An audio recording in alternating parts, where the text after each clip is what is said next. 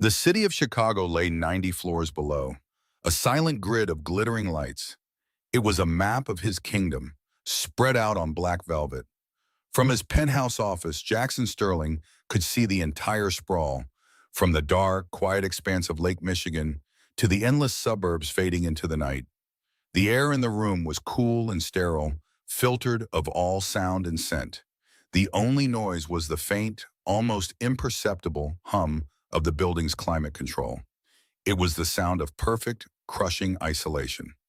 He stood before the floor-to-ceiling window, a silhouette in a $4,000 suit, holding a phone to his ear. On the other end, Arthur Vance, his oldest friend and most trusted advisor, was pleading his case. Jackson, this is absurd. A blind date. You haven't been on a blind date since you were 19 and thought frosted tips were a good idea. Jack's voice was low, devoid of emotion. Thomas arranged it. He said I needed to experience something real. Real? Arthur's voice crackled with exasperated static. Real is a $10 billion merger you need to close by Friday. Real is the board of directors questioning your latest acquisition. This is a social experiment for your board friend, and you are the lab rat. Jack turned from the window, his reflection a ghostly twin in the dark glass. His eyes were sharp, accustomed to dissecting balance sheets and spotting weaknesses in his opponents. Tonight, they just looked tired. I told him I'd do it on one condition. A heavy sigh came through the phone. Let me guess, the alias. That's the one, Jack said, walking over to his massive oak desk. The surface was clear except for a single laptop and a leather-bound folio.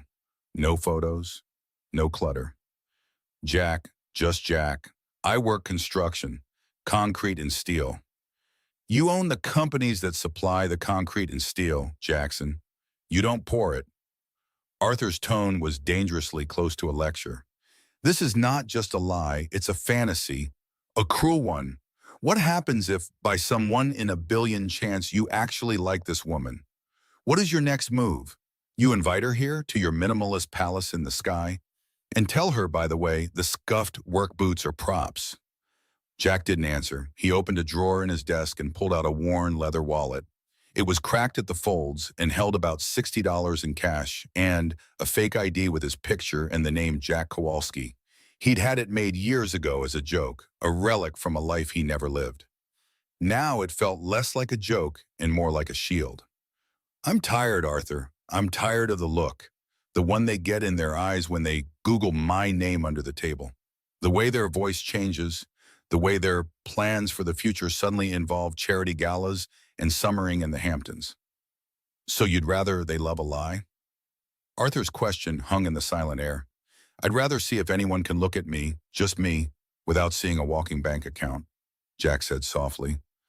The hardness left his voice for a moment, replaced by a deep, hollow weariness. Just for one night, I want to sit across from someone who doesn't know I could buy the entire city block her apartment is on. I want to have a normal conversation. There will be nothing normal about it because you will be lying with every breath you take, Arthur countered, his voice firm but tinged with concern. This woman, Sarah Jenkins, she's a graphic designer, a freelancer. According to Thomas, she's raising her sister's kid on her own. She doesn't have time for games, Jackson. She's probably hoping to meet a decent, honest man. The name, Sarah Jenkins, landed with unexpected weight. It was a simple, solid name. It sounded real. The detail about her raising a child on her own sent a strange pang through his chest. It was a world of responsibility so foreign to his own that he couldn't fully grasp it. Then for one night, I'll be a decent, honest construction worker, he said, his voice hardening again, closing the door on any further debate. I have to go get ready. Ready for what? Your grand performance? Arthur muttered, but he knew he had lost. Just be careful, Jack. Hearts are not assets you can liquidate if the investment goes bad. Jack ended the call without replying. He stood in the center of the vast, silent room. The city lights below seemed to mock him, a universe of connections he could see but never touch. He walked out of the office and into his sprawling apartment. He passed rooms filled with priceless art he barely looked at and furniture chosen by a designer for its aesthetic value, not its comfort. In his bedroom, he stripped off the suit, letting the expensive fabric fall to the marble floor. He opened a closet bigger than most city apartments and walked past rows of tailored shirts and Italian shoes. At the very back, tucked away in a dusty box, was his costume: a pair of worn, faded jeans, a soft red and black flannel shirt, and a pair of work boots. The boots were the masterpiece of the deception. They were actually top-of-the-line handcrafted leather, but he had paid a theatrical prop designer a small fortune to distress them. They were scuffed, softened, and stained in all the right places. The laces were perfectly frayed. He pulled them on, the unfamiliar weight grounding him. He looked at his reflection in the mirror. The clothes hung on his athletic frame differently than his suits. They made him look less like a commander of industry and more like a man who worked with his hands. He hadn't shaved since yesterday, and a dark shadow covered his jaw. He ran a hand through his hair, messing it up. It wasn't perfect, but it would have to do. Jack Sterling was gone. In his place was Jack Kowalski, a man who built things for a living. A man heading to a blind date at a coffee shop called the Daily Grind. He felt a knot of anxiety tighten in his stomach. It was a feeling he hadn't experienced in years. It wasn't the thrill of a hostile takeover. It was the raw, simple fear of being seen, and the even greater fear of not being liked for what was seen. Across town, in a small, cluttered apartment that smelled of turpentine and brewing coffee, Sarah Jenkins was having her own quiet crisis. She sat at a wobbly kitchen table, her laptop open to a half-finished logo design for a local bakery. An invoice on the screen glowed with the words, "Past due." She sighed, rubbing her tired eyes. The fee for this project would cover next month's rent, but just barely. It wouldn't touch the mountain of other bills, or the cost of Leo's specialized tutoring. Her gaze drifted to the refrigerator, which was covered in drawings. Colorful, vibrant pictures of rockets, lions, and superheroes, all drawn with a fierce, childish intensity. One drawing, right at eye level, was a pencil sketch of her own face. Her hair was a wild scribble, but the artist had captured her smile perfectly. Below it, in shaky block letters, was the word mom. It wasn't technically true, but it was the truest thing in her life. Leo was her world. He had been since the day she got the call about her sister's car accident. The day her world broke apart and reformed around an 8-year-old boy who could no longer hear the world around him. Her phone buzzed on the table. A text from her friend, Maria. "So, are you going? He's a good guy, Sarah. A bit quiet, but solid. You deserve a night off." Sarah smiled faintly. A night off. The concept felt like a luxury from a different lifetime. Her life was a carefully constructed schedule of freelance deadlines, school pickups, speech therapy appointments, and making sure there was enough food in the fridge. There was no room for this, for a blind date with a stranger. Still, Maria had been so insistent. She had described this man, Jack, as a friend of her husband's cousin, a construction worker, a simple, no-nonsense guy. And something in Sarah, a small, weary part of her, had said yes. The hope was a tiny, fragile flame in the storm of her responsibilities. The hope of just talking to another adult, of feeling like a woman, not just a caregiver and a bill payer, for a single evening. She looked at the clock. It was almost time. She pushed back from the table, her heart starting to beat a little faster. What was she even going to wear? She opened her small closet. It was a collection of practical, comfortable clothes. Jeans, sweaters, a few simple dresses she hadn't worn in years. Nothing felt right. Everything looked either too worn out or too formal, as if it belonged to a different person. She finally settled on a pair of dark jeans and a soft forest green sweater. It had a tiny hole near the cuff, but it was her favorite. It felt like her. She pulled her wavy auburn hair out of its usual messy bun, letting it fall around her shoulders. She looked in the small, cracked mirror in her hallway. The faint lines of exhaustion were still etched around her eyes, but the green of the sweater made their hazel color stand out. She took a deep breath. "It's just coffee," she told herself. An hour of conversation. That's all. She could handle that. She scribbled a quick note for the babysitter, a teenage girl from downstairs, reminding her that Leo's favorite sketchbook was on his nightstand. Then, with a final nervous glance around her small, love-filled, chaotic home, she grabbed her coat and purse and walked out the door. The Daily Grind Cafe was exactly as its name suggested. It was small, independent, and buzzing with the low hum of conversation and the hiss of an espresso machine. The air was thick with the rich, warm smell of roasted coffee beans and baked bread. Mismatched lamps cast a soft golden glow over scuffed wooden floors and tables crowded with students and couples. Local art decorated the brick walls. It was a world away from the sleek, silent restaurants Jack was used to. He felt like an imposter, a spy in a foreign land. He had arrived 10 minutes early, a habit ingrained from years of business meetings. He chose a small table in the corner, one that gave him a clear view of the entrance but kept him slightly out of the main flow of traffic. He clutched a warm mug of black coffee, his hands feeling clumsy and oversized. These hands had signed contracts that shifted skylines, but they felt utterly useless holding a simple ceramic mug.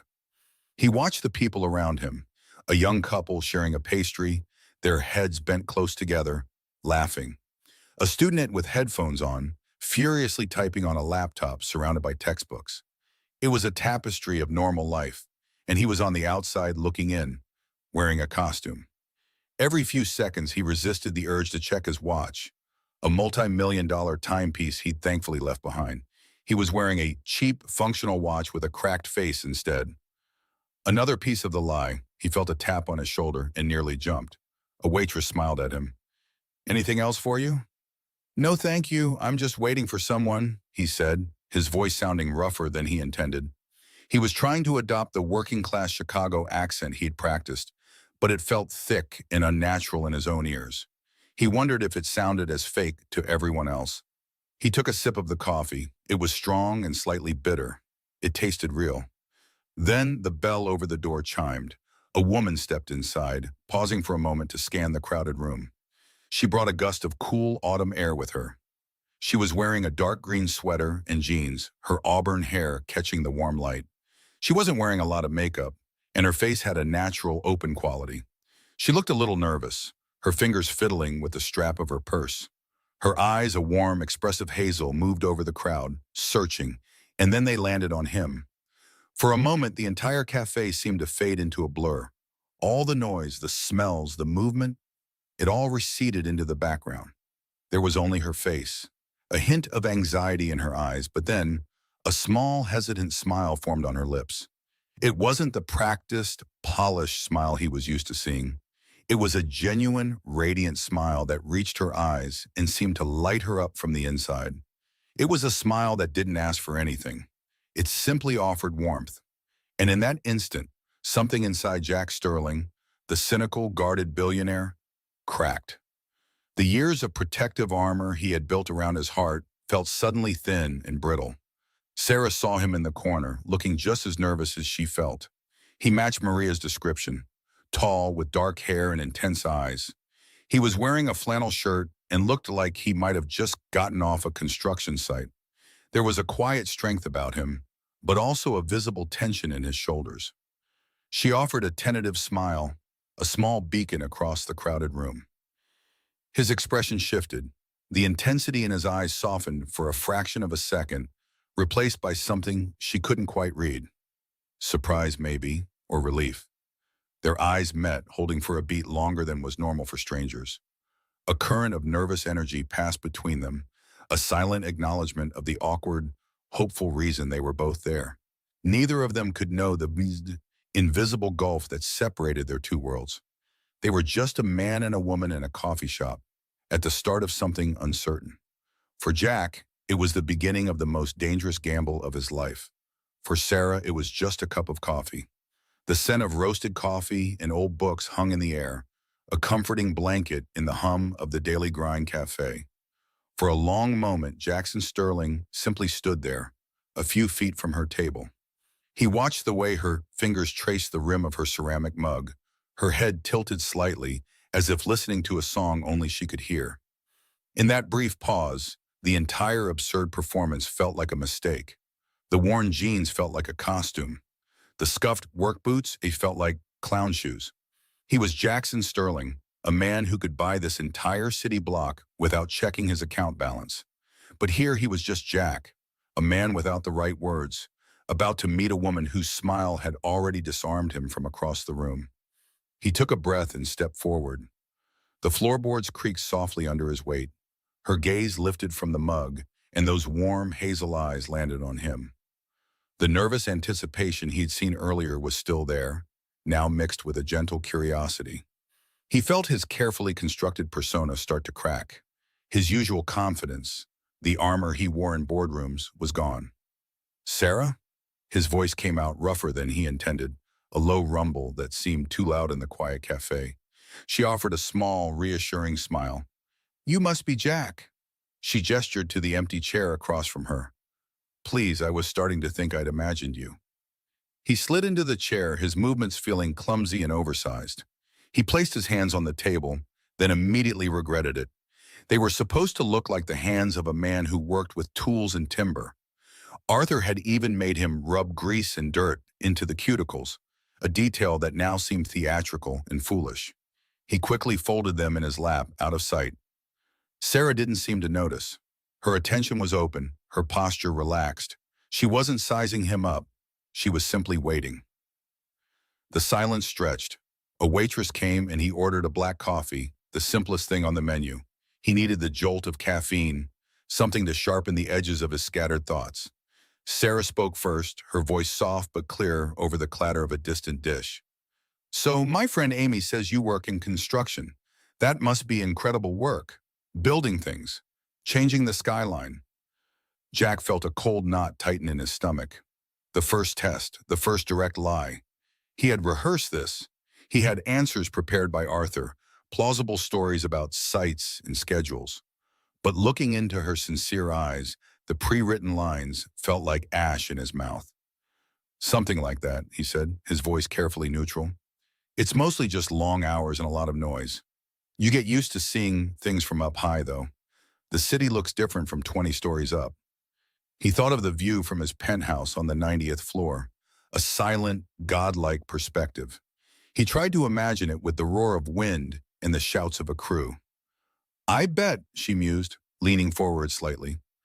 "I spend my days staring at a screen, moving pixels around.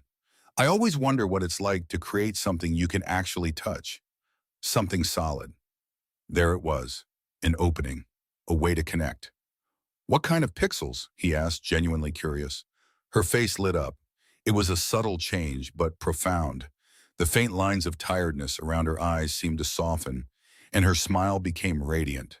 "I'm a graphic designer, freelance, mostly logos for small businesses, brochures for local events, anything that pays the bills, really."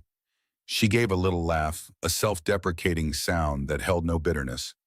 "It's not exactly changing the skyline, but I love helping someone's little dream look professional, giving a shape to their idea." He listened, completely captivated.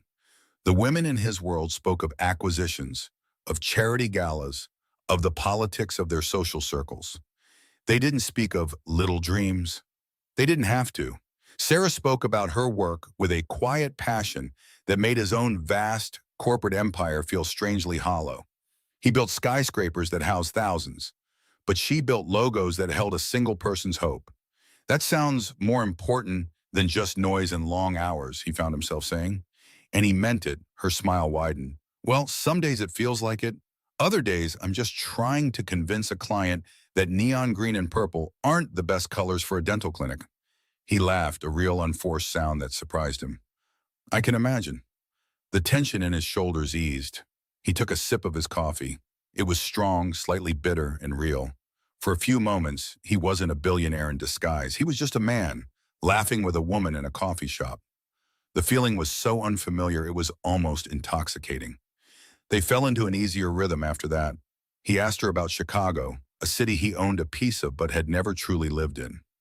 She described it not in terms of landmarks or famous restaurants, but in the way the light hit the lake in the morning, the specific feeling of the first warm day of spring, the quiet neighborhood parks where she could escape the city's relentless energy. "It's a strange place," she confessed, looking out the window at the people passing by on the sidewalk. You're surrounded by millions of people, but it can be the loneliest place on earth if you're not careful. Sometimes I feel like I'm on the outside of it all, just looking in through a window. His heart gave a sharp, painful thud. He knew that feeling. He lived it every day from a much greater height. He was the man behind the glass, watching the world move, insulated from it by layers of wealth and security. I know what you mean, he said, his voice lower now. You see all the lights, the parties, the life happening all around you, and you're just working, watching, waiting for the day to end. He was talking about his life as Jack the construction worker, but the words were coming from the soul of Jackson Sterling, the isolated man in the penthouse. The truth of the feeling was so raw it almost exposed the lie it was wrapped in. Sarah looked at him, her expression shifting. She was no longer just making polite conversation. She was seeing him. Exactly, she whispered, a flicker of understanding in her eyes. It's like everyone else got a manual on how to live here, and I'm still waiting for my copy to arrive in the mail. In that moment, a bond formed between them, forged in a shared unspoken loneliness. He felt a desperate urge to tell her everything, to shed the flannel shirt and the fabricated backstory and just be himself. But what was himself, the ruthless CEO, the cynical recluse? That man couldn't sit here in this warm cafe sharing a moment of genuine human connection. Only Jack could do that. The lie was a shield, but it was also, perversely, a key. It was the only thing allowing him to access this feeling, this woman. She noticed him looking at his hands, which he had once again placed on the table. He instinctively tried to pull them back, but she spoke before he could. Those look like that they've seen a lot of hard work, she said, her tone simply observational, not pitying. He steeled himself. They have. But then she did something unexpected. She didn't recoil. Her eyes met his, and there was a hint of something soft in them, something like respect. My dad was a mechanic, she said quietly. His hands always looked like that, covered in grease and tiny cuts. I used to think his hands told the story of his day, of how he'd spent his time providing for us. She paused, her gaze dropping back to the table. I always found something honest about them. Jack's throat went dry. Honest. The word landed like a physical blow. He looked down at his own hands. The dirt under the nails was from a bag Arthur had bought at a gardening store. The calluses had been carefully created with sandpaper in a chemical solution used by film crews. They were props. They were the most dishonest thing about him, and she was finding truth in them. The guilt was a physical thing, a sour taste in the back of his mouth. He wanted to confess. The words were right there, pressing against his teeth. This is all a lie. My name, my job, these hands. It's all fake. But he couldn't. The fear was too great. Not the fear of her anger, but the fear of what would come after. The fear that if she knew who he was, that warm, open look in her eyes would be replaced by something else. Awe, or worse, calculation. The same look he saw in everyone's eyes. He would cease to be Jack, the man who felt like an outsider just like her. He would become Jackson Sterling, a solution to her financial problems, a resource, a thing. And this fragile, beautiful connection would shatter. So he said nothing. He just held her gaze, letting her believe in the honesty of his hands, letting her see a simple, hardworking man. The silence was different this time. It wasn't awkward. It was full of unspoken things, a deep, humming current of emotion passing between them. He found himself noticing the small details about her, the way a stray strand of auburn hair fell across her cheek, the focused intensity in her eyes when she talked about a piece of art she admired, the way she held her mug with both hands as if drawing warmth from it. He was used to women who were polished, perfect, and predictable. Their beauty was a statement. Sarah's was a quiet story. He felt like he could sit here for hours just learning to read it. It must be hard, he said, breaking the silence. The freelance life and raising a family. He was fishing, wanting to know more about the world she carried on her shoulders so gracefully. Her expression softened at the mention of family. It's just me and my nephew, Leo, she said. A shadow passed over her face just for a second, a fleeting memory of a deeper pain. My sister and her husband, they passed away a few years ago. Leo came to live with me. She took a steadying breath, but her voice was clear when she continued. He's 8, and he's the best thing in my world. Everything I do, it's for him. There was no complaint in her tone, no plea for sympathy. It was a simple, powerful statement of fact. Her love for this child was the foundation of her entire life. Jack, who had built his life on a foundation of concrete, steel, and mistrust, felt a profound sense of awe. He had teams of people to manage his life, an army of lawyers and assistants to solve his problems. Sarah had only herself, and she was doing it. She was creating a life, a home, a future for a child, all while wrestling with the pressures of the city that so often tried to crush people like her. He's lucky to have you, Jack said, and the words felt more true than anything he had said all afternoon. I'm the lucky one, she countered immediately, her smile returning, genuine and fierce. He teaches me something new every day, how to be patient, how to see the world differently. Jack felt a pang of something he could only describe as envy. His life was a series of transactions, deals made, contracts signed, profits calculated. It had been years since he had learned anything new about himself, about the world, that wasn't related to the accumulation of more wealth. He was an expert in his field, but a novice at living. Sarah was intrigued by this quiet man. He didn't talk much about himself, offering only brief, vague descriptions of his work. But he was a phenomenal listener. When she spoke, he watched her with an unnerving intensity, his dark eyes focused and present. It made her feel heard, truly heard. Men usually tried to impress her, to fill the silence with their accomplishments. Jack seemed perfectly comfortable in the silence. He possessed a stillness that was rare, a self-contained energy that drew her in. She found herself wanting to know what he was thinking when he looked out the window, his expression unreadable. He moved his cup, and his sleeve pulled back slightly, revealing a strong wrist. She'd noticed his hands earlier. They looked rough, but his gestures were surprisingly gentle. There was no wasted motion, no nervous fidgeting. Just a quiet economy of movement that suggested a deep physical confidence. He was a puzzle, a quiet construction worker who spoke with the thoughtfulness of a poet and listened with the focus of a scholar. She had expected to make polite conversation for an hour and then go home. She had not expected to feel this pull, this curiosity. Suddenly, she glanced at the clock on the cafe wall, and a small jolt went through her. The comfortable bubble they had created popped. Oh, wow, look at the time, she said, a note of regret in her voice. I'm so sorry I have to go. The warmth between them cooled slightly as the real world rushed back in. Schedules, responsibilities, the end of the date. Jack felt a sharp, surprising pang of disappointment. He didn't want it to end. He wanted another hour, another coffee. He wanted to keep listening to her talk about colors and logos and her nephew Leo.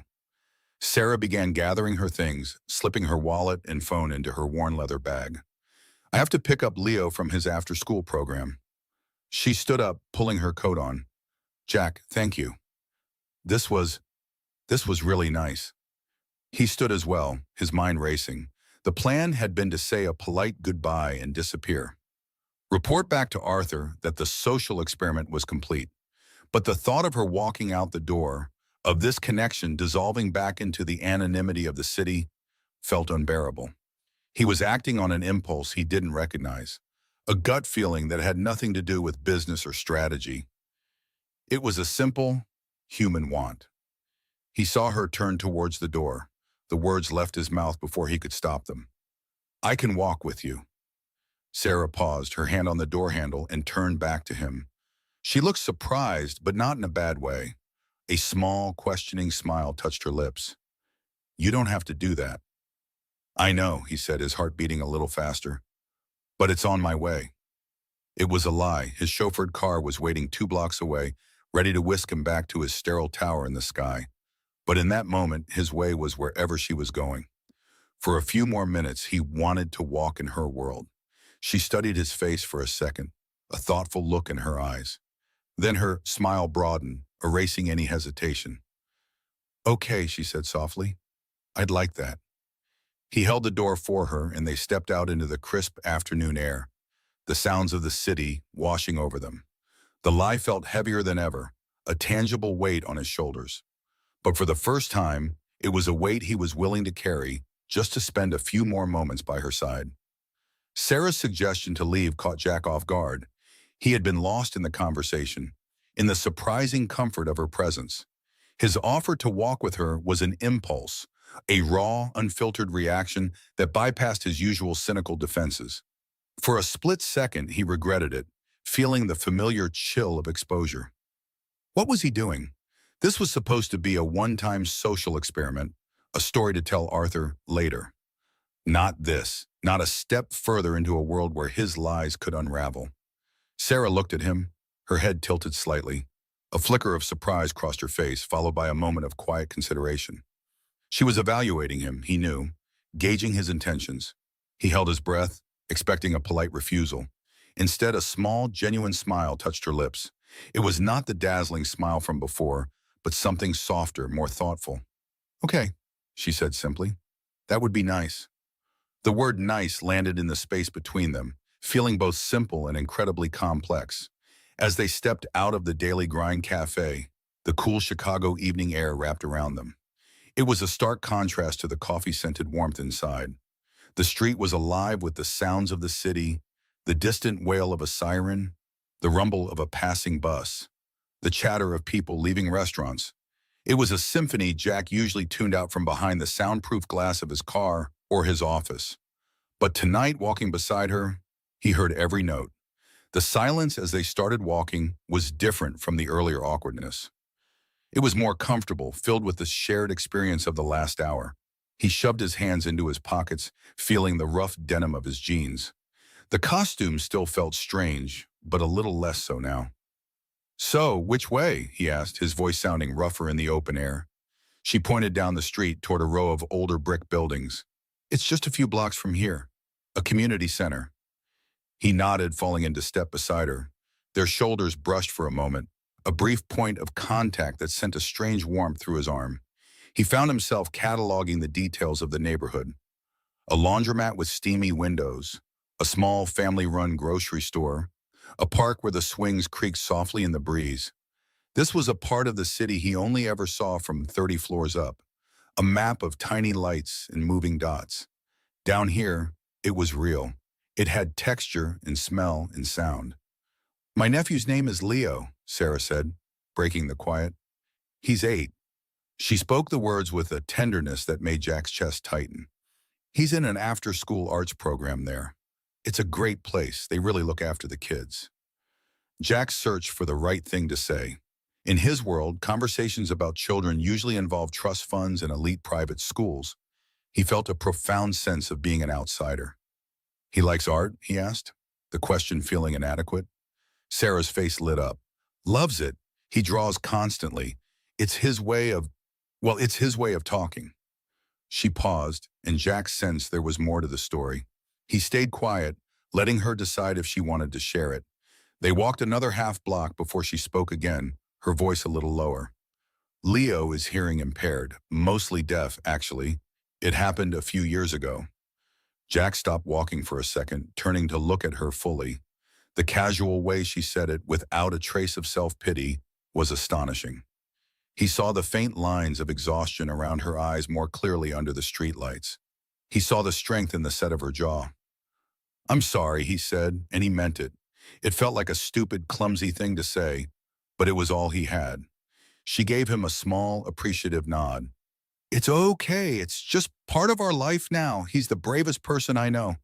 She then added, almost as an afterthought, "His parents, my sister and her husband, they were in an accident. Leo was with them. He's lived with me ever since." The information settled over Jack with an immense weight. Suddenly, his own carefully constructed problems, his weariness of wealth, his cynical view of the world, felt like the complaints of a spoiled child. This woman, walking beside him in slightly worn boots and a faded jacket, was carrying a universe of responsibility on her shoulders, and she was doing it with a grace that humbled him. He didn't know what to say. The usual platitudes felt cheap and insulting. So he just listened as she spoke a little more about Leo, about his favorite things to draw, about how he was learning to navigate a world of silence. Jack realized he wasn't just walking her to pick up her nephew. He was crossing a threshold into her life, and it was a life of profound substance and struggle. It made his own feel like a hollow echo. The community center was an old brick building, its entrance marked by a brightly painted mural of children playing. The sound of shouting and laughter spilled out onto the street as they approached. Inside, the air smelled of floor wax, paint, and something that reminded Jack of elementary school paste. The walls were covered in children's artwork, a chaotic and beautiful explosion of color. A group of kids ran past them, chasing a red ball, their sneakers squeaking on the linoleum floor. Sarah's eyes scanned the room, a fond smile on her face. "There he is," she whispered, pointing toward a corner. A small boy with a mop of unruly brown hair was sitting at a low table, his back to them. He was hunched over a piece of paper, a pencil moving furiously in his hand. He was completely absorbed, a tiny island of intense focus in the middle of the happy chaos. As they got closer, Sarah gently touched the boy's shoulder. He looked up, and Jack felt his breath catch. The boy had enormous dark eyes that seemed to take in everything at once. When he saw Jack standing behind his aunt, his expression changed. The focus vanished, replaced by a wide-eyed wariness. He immediately scrambled to his feet and moved to stand behind Sarah, peering out at Jack from behind the safety of her leg. He clutched his sketchbook to his chest like a shield. Jack felt a pang of something he couldn't name. He was used to commanding a room, to people looking at him with respect or fear or avarice. He had never been looked at with the pure, unfiltered suspicion of a child. He felt huge and clumsy and intrusive. He gave a small, hesitant wave. "Hey," he said softly. Leo just stared, his eyes unblinking. And then Jack witnessed something that stopped his thoughts completely. Sarah turned to her nephew, her entire posture softening. She knelt down to his level, her face full of a gentle, reassuring light. She didn't speak. Instead, her hands began to move.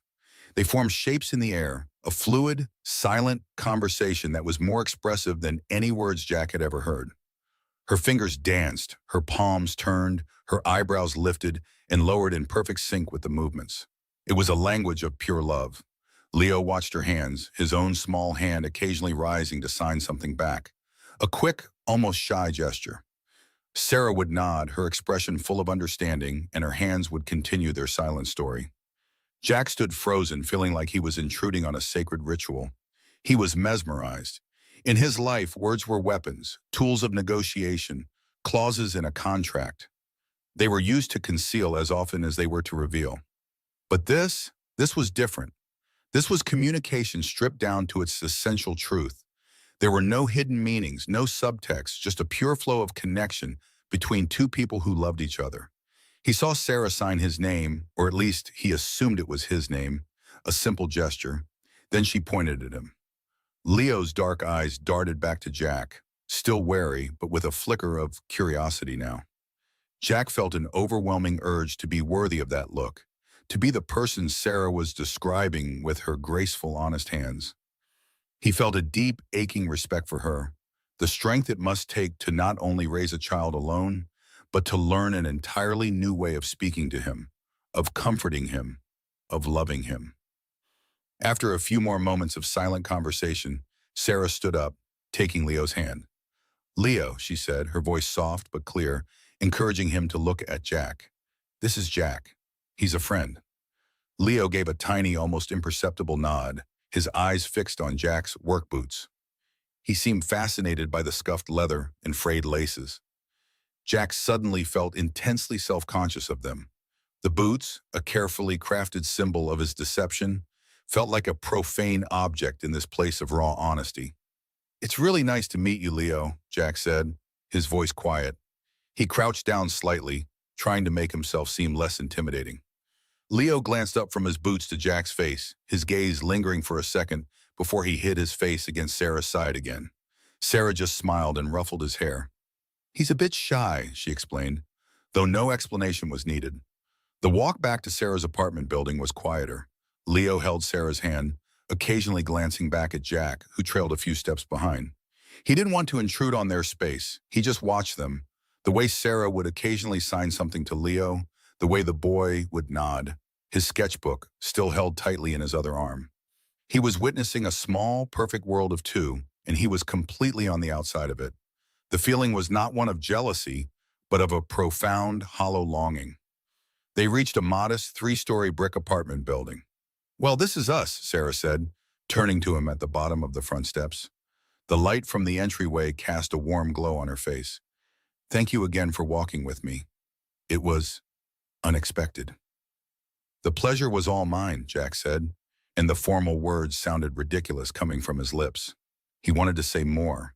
He wanted to tell her that he was mesmerized by the way she spoke to her nephew. He wanted to tell her that she was the most impressive person he had ever met, but the words were stuck in his throat, tangled up in the lie of who he was pretending to be. A construction worker wouldn't talk like that, so he just stood there feeling foolish. "Will I see you again?" The question came out of him before he could stop it. It was bold, and for a second, he was sure he had crossed a line. But Sarah's smile returned, tired but genuine. "I'd like that," she said, "but my schedule is a little complicated." "I understand," he said quickly. "No pressure, I'm flexible." The word flexible felt like a cosmic joke. His life was a rigid grid of appointments and obligations scheduled months in advance. But for her, he thought, he would cancel anything. The realization hit him with the force of a physical blow. She gave him her number, typing it into his phone with her free hand. The simple act felt momentous. As she and Leo turned to go inside, Leo looked back one last time. He held Jack's gaze for a full 3 seconds before disappearing into the building. The door clicked shut, leaving Jack alone on the sidewalk. He stood there for a long time, the city's noise returning to his awareness. He looked down at his phone, at her name and number on the screen. Sarah Jenkins. He felt like he had just been given a lifeline, but he wasn't sure if it was pulling him towards salvation or pulling him under. The drive back to his penthouse was a blur.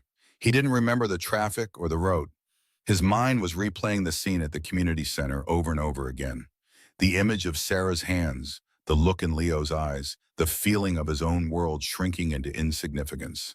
When the elevator doors opened directly into his apartment, the silence was deafening. He walked past the minimalist furniture, the priceless art on the walls, the cold marble floors that echoed with his footsteps. None of it registered. He went to the floor-to-ceiling window that overlooked the sprawling expanse of Chicago. The city lights glittered below like a carpet of scattered diamonds, a kingdom he had conquered. It had always made him feel powerful. Tonight, it made him feel utterly alone. He saw his reflection in the dark glass, a ghostly figure superimposed over the cityscape. He was still wearing the worn flannel shirt, the faded jeans, the scuffed boots. He looked like an imposter in his own home. But the real imposter, he realized, was the man who lived here. The billionaire in the expensive suits. That man was a fortress, built to keep people out. The man who had walked with Sarah tonight. The man who had been humbled by a boy with a sketchbook felt more real, and that terrified him. The image of Sarah kneeling to speak with Leo was burned into his memory. The effortless intimacy, the unspoken love. It was a bond forged in shared loss and fierce devotion. It was something real. What did he have that was real? He had business deals, assets, and a portfolio that grew while he slept. He had a life of immense privilege and crushing emptiness. He had everything and he had nothing. He stared at his own eyes in the reflection, trying to see what Leo might have seen. He saw only weariness. He saw the guarded expression he had perfected over years of fending off people who wanted something from him. His wealth was a wall, but it was also a prison. And for the first time, he felt a desperate, clawing need to break out. The silence of the penthouse pressed in on him. It was no longer a peaceful sanctuary, it was a vacuum. He thought of the laughter in the community center, the squeak of sneakers on the floor, the warmth in Sarah's apartment building. He thought of the simple life she was leading, a life so much richer and more meaningful than his own. The image of Sarah and Leo's loving bond haunted him, a stark and painful contrast to the hollow opulence surrounding him. Looking at his own lonely reflection against the backdrop of a city he owned, he had never felt so poor. The image of Sarah and Leo walking away was seared into his mind. It played on a loop behind his eyes, a small, perfect moment of family he could only watch from a distance. Back in the silent, sterile expanse of his penthouse, Jackson Sterling felt like a ghost in his own life. The Chicago skyline glittered below, a kingdom of glass and steel that belonged to him. Yet, he had never felt more impoverished. He stared at his reflection in the floor-to-ceiling window. The man looking back was wearing a suit worth more than Sarah's car, but his face was hollow. All he could see were the worn work boots he'd left by the door, a pathetic and fragile disguise that had somehow bought him a moment of authenticity. He was Jackson Sterling, a titan of industry, and he was Jack, a construction worker who had felt more real in 3 hours than Jackson had in 10 years. The contradiction was a physical weight pressing down on his chest. The next morning, the illusion shattered the moment Arthur Vance walked into his office. Arthur, his long-serving executive assistant and the closest thing he had to a friend, placed a leather-bound folio on the massive oak desk.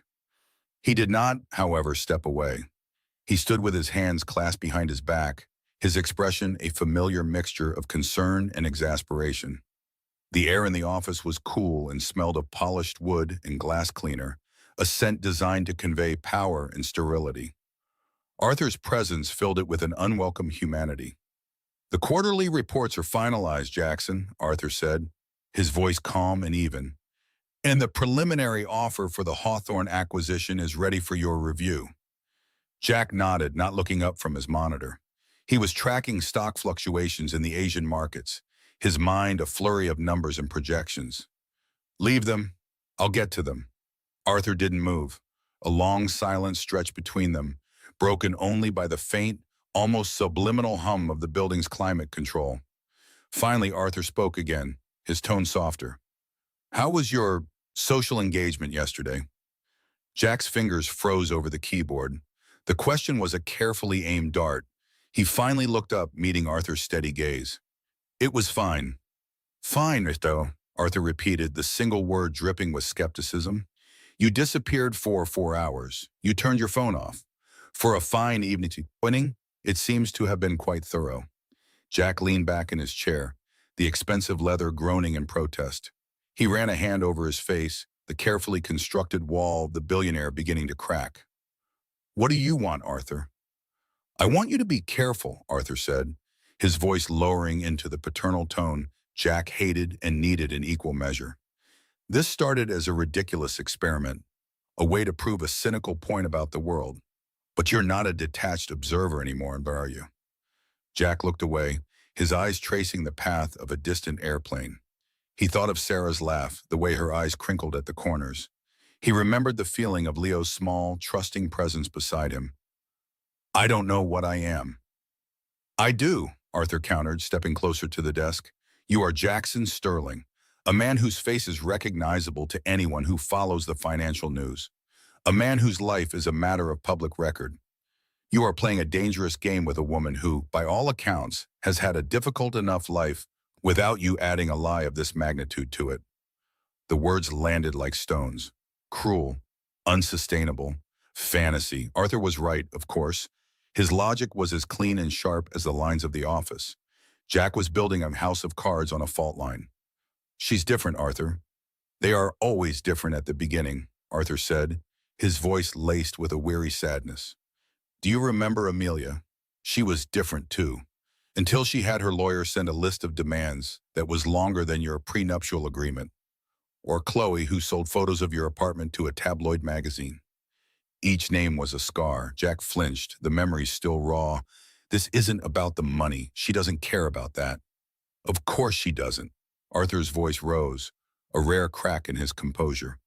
"She doesn't care about it because she doesn't know it exists. What do you think will happen when she finds out? Do you think she will thank you for the elaborate deception?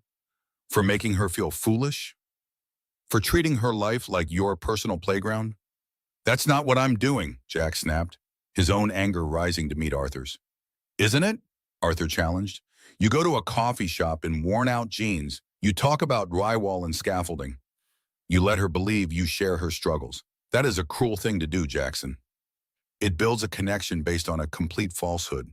The longer you let it go on, the more devastating the fallout will be. For her." The unspoken words hung in the air. "And for you." Jack felt a cold dread creep up his spine. He knew Arthur was speaking the truth. He was being selfish. He was so starved for a genuine connection that he was willing to build it with stolen materials. He was a fraud. The realization left him feeling breathless and ashamed. End it, Arthur said, his voice softening again. End it now, before it goes any further. A clean break. It will hurt, but it will be a kinder wound than the one you'll inflict later. Jack stared at the polished surface of his desk, at the reflection of his own conflicted face. He could see Sarah's smile, could hear her patient voice as she spoke to Leo. Ending it felt like cutting off his own air supply, but continuing it felt like slowly poisoning her. Later that day, the conflict was buried beneath layers of corporate steel. Jack sat at the head of a long, imposing boardroom table. Sunlight streamed through the panoramic windows, illuminating the tense faces of his executive team. Across the table, a man named Peterson from a rival firm was finishing a presentation, his voice slick with practiced confidence. He was proposing a merger, a deal that on paper looked lucrative. His PowerPoint slides were full of optimistic charts and upward trending arrows. As Peterson concluded, a nervous silence fell over the room. All eyes turned to Jack. This was his arena. This was where Jackson Sterling reigned. He hadn't said a word for the entire 45-minute presentation, his posture relaxed, his face an unreadable mask. He slowly picked up a single sheet of paper from the table in front of him. It contained a few notes he had jotted down. Mr. Peterson, Jack began, his voice quiet but carrying an undeniable authority that commanded the room's absolute attention. Your projection for market growth in the logistics sector is ambitious. It's based on the assumption of a 5% quarterly increase for the next 2 years. Peterson puffed out his chest slightly. That's correct. Our analysts are confident. Your analysts are incompetent, Jack stated flatly. The words were not loud, but they landed with the force of a physical blow. A few people shifted uncomfortably in their chairs. Peterson's smile faltered. You've failed to account for the new tariff structures on imported raw materials from Southeast Asia, which will impact manufacturing costs by a minimum of 9%.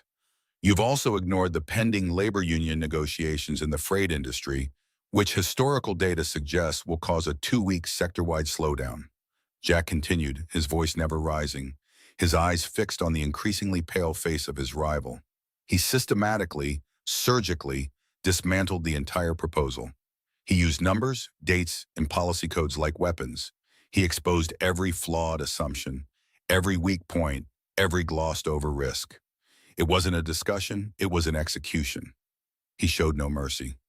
This was the man who had built an empire from nothing. He was calculating, ruthless, and utterly dominant. He could see the fear and awe in the eyes of his own team. This was the predator they knew and followed.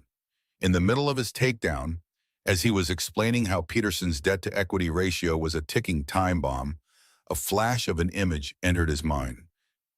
It was Sarah in the worn-out sweater, carefully wiping a smudge of dirt from Leo's cheek with her thumb. It was the look of absolute, unconditional love in her eyes. The image was so vivid, so out of place in this sterile battlefield of a boardroom, that he almost faltered. The softness of that memory stood in stark contrast to the cold precision of his words. Who was he? Was he the man who could eviscerate another's career without a second thought? Or the man who had felt a lump in his throat watching a mother sign "I love you" to her son? For a terrifying second, he felt like neither. He was just an actor playing 2 different roles, and he was forgetting his lines for both.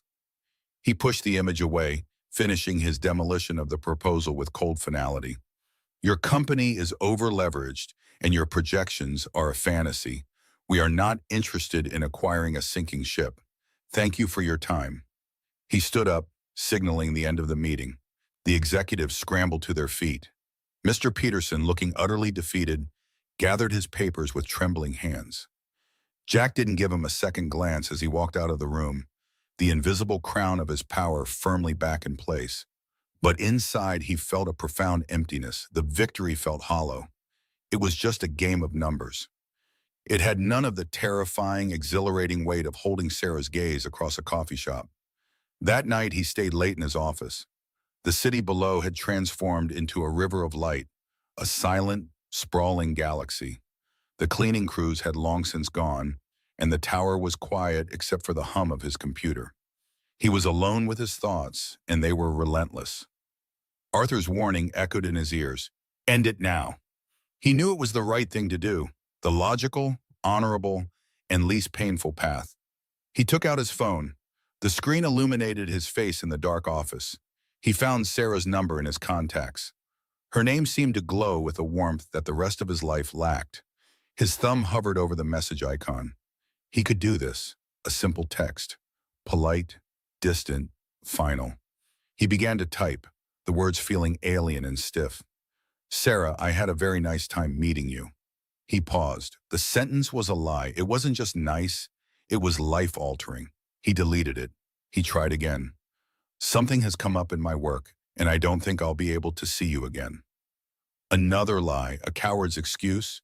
His work was his life, but it was also the cage he was desperate to escape. He stared at the blinking cursor, a tiny rhythmic pulse of light in the darkness. What would Jack the construction worker do?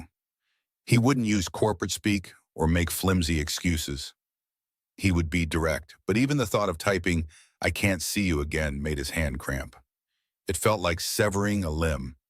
He thought about her life, the constant struggle, the bill she was trying to pay, the immense love she poured into her nephew. What right did he have to waltz in, offer a glimpse of connection, and then vanish without a trace? It was cruel. Arthur was right. He closed his eyes, leaning his head back against his chair. He saw Leo's face, the boy's serious, observant eyes taking in everything. He remembered Sarah mentioning how much Leo loved animals. An idea, reckless and foolish, sparked in his mind. It was the opposite of Arthur's advice. It was not ending it. It was doubling down. It was choosing the fantasy over the reality, because the fantasy was the only thing that felt real. His fingers moved before his rational mind could stop them. He deleted the half-written excuses. A new message began to form, simple and unadorned. Hey, Sarah, it's Jack. He paused, his heart hammering against his ribs. This was a point of no return. I was wondering if you and Leo might be free this weekend. I thought it could be fun to go to the Lincoln Park Zoo. He read the message over and over. It was so simple, so normal. It was the kind of text a man who installs drywall might send. It was an invitation not just to a date, but deeper into the lie. He was inviting them into a world he had invented, a world that could collapse at any moment. His thumb hovered over the send button. This was madness. It was a terrible idea, destined for heartbreak. He pressed send. The message was gone. Irrevocable. The silence in the office suddenly felt immense, charged with a terrifying anticipation. He stood up and paced the length of the window, his reflection a dark shape against the glittering city. He checked his phone every 30 seconds. Nothing. Minutes stretched into an eternity. Maybe she wouldn't reply. Maybe she had thought about it and decided he was too quiet, too rough around the edges. Maybe the date was as forgettable for her as it was unforgettable for him. The thought was a cold spike of fear. Then his phone buzzed on the desk, the sound unnaturally loud in the silent room. He lunged for it, his hands shaking slightly. A message from Sarah. He held his breath as he opened it. The text was short, but it exploded in his mind like a firework. It read, "Yes, we would absolutely love that." Leo's face just lit up. He adores the monkeys. Following the words was a string of happy emojis. A monkey, a giraffe, a smiling face with hearts for eyes. They were symbols of pure, uncomplicated joy. They were bright and cheerful and completely honest. And as Jack stared at them, a powerful wave of emotion washed over him. It was a dizzying, painful mix.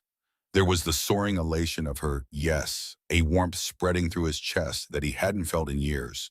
But tangled within it was a sharp, piercing ache of guilt. Her happiness was so genuine, and it was directed at a man who did not exist. That simple, enthusiastic reply, full of happy emojis, was a message that made Jack's heart ache with a mix of joy and guilt. The Saturday air at the zoo was a chaotic blend of popcorn, hot dogs, and distant animal roars. Jack stood just inside the gates, his hands deep in his pockets, feeling like an outsider. This loud, public reality was entirely foreign to him. Sarah, however, was beaming, her face tilted toward the sun. Her nephew Leo stood beside her, clutching his sketchbook. while his eyes darted everywhere, absorbing the flood of new sights. "I can't thank you enough for this, Jack," Sarah said, her voice full of genuine warmth. "Leo has been looking forward to it all week." Jack managed a small smile. "It's no problem." The guilt of his deception was a constant low hum, but seeing her joy made it almost bearable. They wandered first toward the humid, pungent primate house. Monkeys screeched and chased each other behind reinforced glass. Leo pressed his face close, his pencil flying across his sketchbook. Sarah laughed as a small monkey made a rude gesture. The sound was so uninhibited it cut straight through Jack's defenses. He found himself smiling, a real smile that reached his eyes. She signed to Leo, her hands moving with fluid grace. The boy looked up and pointed to a large gorilla sitting alone. "He wants to know why that one looks so sad," Sarah translated, her expression softening. Jack looked at the solitary ape. It stared back with ancient, knowing eyes. "Maybe he's just thinking," Jack said quietly. "It can be lonely, even in a crowd." Sarah turned to him, her smile fading into something more thoughtful. She held his gaze for a longing moment, a silent question in her eyes. Jack felt exposed, as if he had said too much. He was supposed to be a simple construction worker. He quickly looked away. "Or maybe he just wants some peace and quiet," he added gruffly. But a new awareness now existed between them. They moved on to the big cats. Leo was utterly captivated, sketching furiously as tigers paced with contained power. Jack bought them all water, the simple act of paying with cash feeling more significant than signing a seven-figure check. He found himself relaxing into the day's rhythm, listening to Sarah's stories about Leo. He told her fabricated stories about his own life, lies that now felt smoother on his tongue, which scared him. By mid-afternoon, they found a crowded picnic area. Children cried, parents yelled, and seagulls dive-bombed for scraps. It was the definition of chaos. Yet sitting on a hard bench with a cheap hot dog, Jack felt a sense of peace he had not known was possible. Leo, balancing his food, turned to show Sarah a drawing. In his excitement, his elbow caught his oversized soda cup. Time seemed to slow as a wave of dark, sticky liquid cascaded directly onto Jack's lap. Silence fell over their bench. Leo froze, his eyes widening in absolute horror. Sarah gasped, lunging forward with a fistful of thin napkins. "Oh my God, Jack, I am so sorry," she stammered. Leo's lower lip began to tremble. He looked from the massive stain to Jack's face, filled with a child's terror. This was the moment for Jackson Sterling's annoyance to surface. But he was not Jackson Sterling. He was Jack, and an alien sound bubbled up from his chest. It was a deep, genuine laugh that startled them both. "Hey," he said, his voice warm with amusement. "It's just soda. It'll dry." He gently took the napkins from Sarah, his fingers brushing against hers. The brief contact sent a jolt of warmth through him. Then he crouched down to eye level with Leo. The boy flinched, expecting to be scolded. Jack slowly raised his hand and made the sign for okay that Sarah had taught him earlier. He smiled as he did it.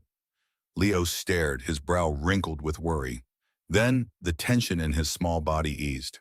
A tiny, hesitant smile touched his lips, and he mirrored the sign back. Sarah had stopped her frantic apologies. She was just watching him. She had expected him to be annoyed, but he had laughed. He had comforted her nephew before even thinking about his ruined clothes. Something shifted for her as she watched him kneel on the dirty pavement. The quiet man she thought she knew suddenly seemed much deeper and infinitely kinder. Just then the brilliant blue sky turned a bruised purple. A sudden gust of wind sent paper plates skittering across the ground. The first drop of rain hit the table with a splat, then another. Suddenly the heavens opened in a deluge. People screamed and scattered. Instinct took over. Jack grabbed Leo's hand. "This way," he yelled over the rising roar of the storm. Sarah grabbed Leo's other hand, and the three of them ran, a tiny chain against the downpour. He spotted a small awning over a closed ice cream stand and pulled them toward it. They huddled underneath, gasping for breath as rain hammered the roof above. The world dissolved into a gray, roaring sheet of water. The space was incredibly tight. Jack's shoulder was pressed firmly against Sarah's, and he could feel her warmth through their damp clothes. He shifted, turning his body to shield them both from the wind-driven spray. The move brought him even closer to her. Her head was just below his chin. He could smell her hair, something clean and floral now mixed with the earthy scent of rain. He looked down. Her face was tilted up toward him, her lips slightly parted. Raindrops clung to her eyelashes like tiny crystals. There was only the drumming of the rain and the impossibly small, quiet space they shared. The urge to close the distance between them was a physical ache in his chest. It was a raw, desperate wanting. It was the truest thing he had felt in a decade. His heart hammered against his ribs. She must have seen the conflict in his eyes. A faint blush rose on her cheeks, and she looked down, breaking the spell. The moment was gone, but its echo remained, hanging in the charged, humid air. The roar of the storm began to subside, softening to a steady drumming. Leo had been sitting on a dry corner of the bench, his sketchbook open. He had been completely absorbed, oblivious to the silent drama that had unfolded just above his head. "Well," Sarah said softly, her voice a little shaky, "I guess the storm is passing."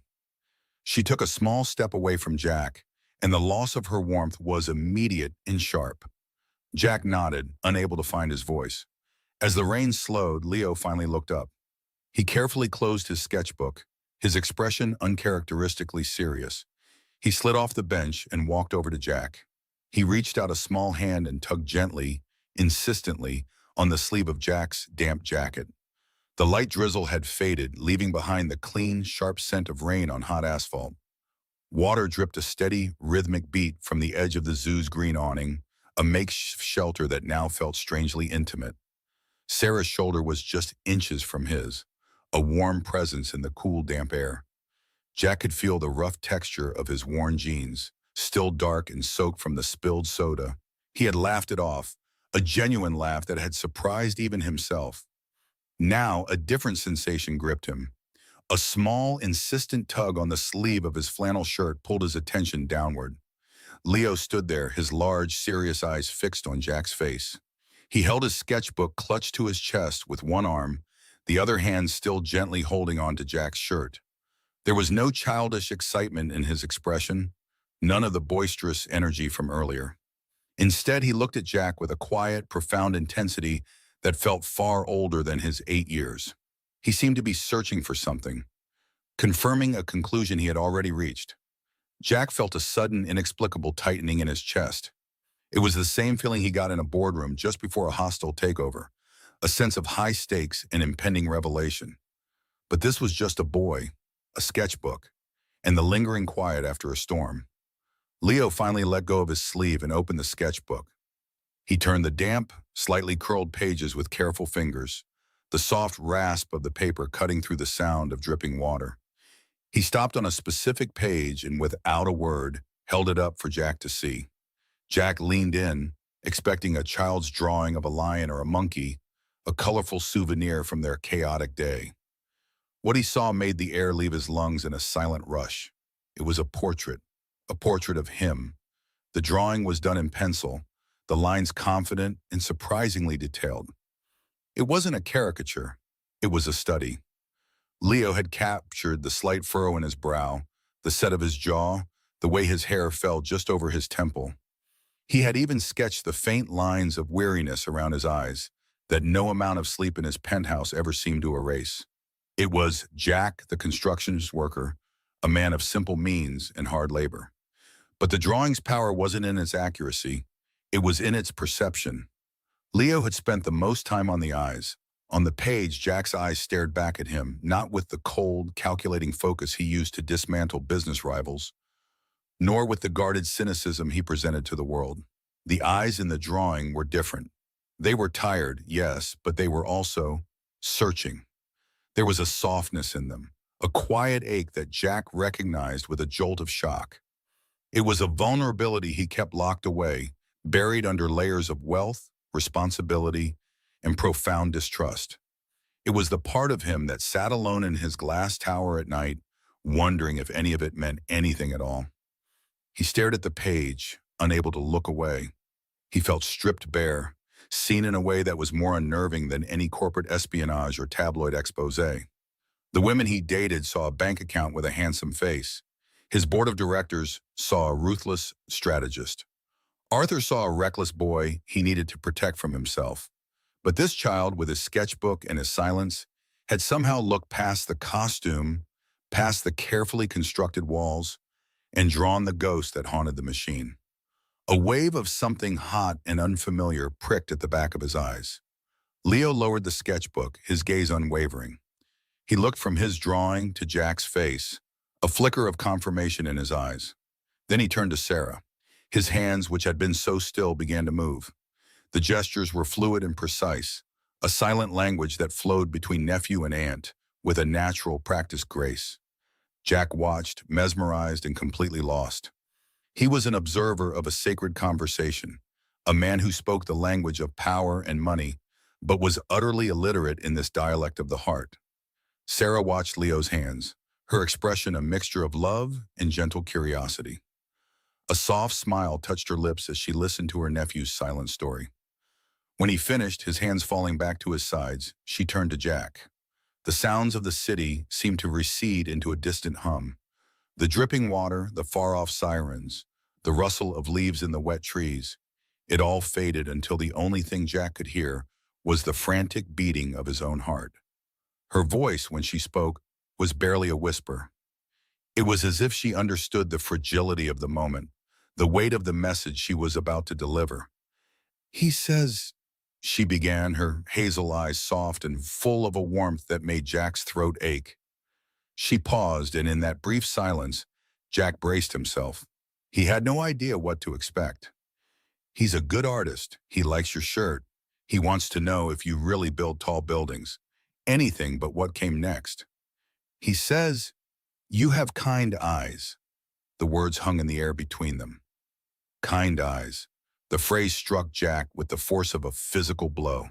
He felt his entire body go rigid, his breath catching in his throat. Kind. It was a word he never associated with himself. Jackson Sterling was not kind. He was effective, he was strategic, he was driven, demanding, and at times utterly merciless. He had shuttered factories, dismantled companies, and crushed competitors with a cool detachment that had earned him both a fortune and a fearsome reputation. People who knew him called him a shark, a titan, a genius. But never, not once in his 35 years, had anyone looked at him and used the word kind. His mind flashed to a memory, unbidden and sharp. He was 26 in a tense negotiation to acquire a struggling tech firm. The founder, a man twice his age, had looked him in the eye across the polished mahogany table and said, "You have the eyes of a predator, son. You see weakness and you strike." Jack had taken it as a compliment. He had closed the deal an hour later, ruining the man but securing his own legacy. That was the man he knew. That was the man he had built. And now this, a simple observation from a child who knew nothing of Sterling Industries, of stock prices and market shares.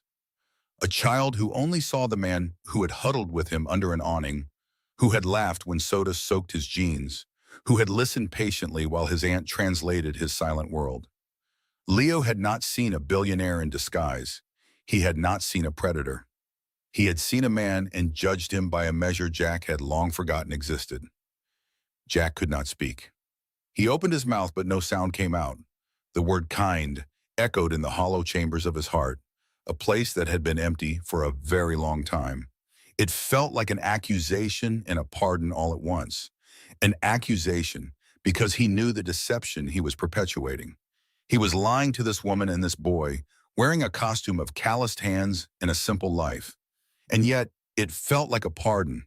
It was a glimpse of a man he could bow, a man he secretly, desperately wanted to be. The man who existed before the betrayals, before the money built a fortress around him. Sarah must have seen the shock on his face, the raw emotion that had broken through his carefully managed composure. She misinterpreted it, her smile growing warmer.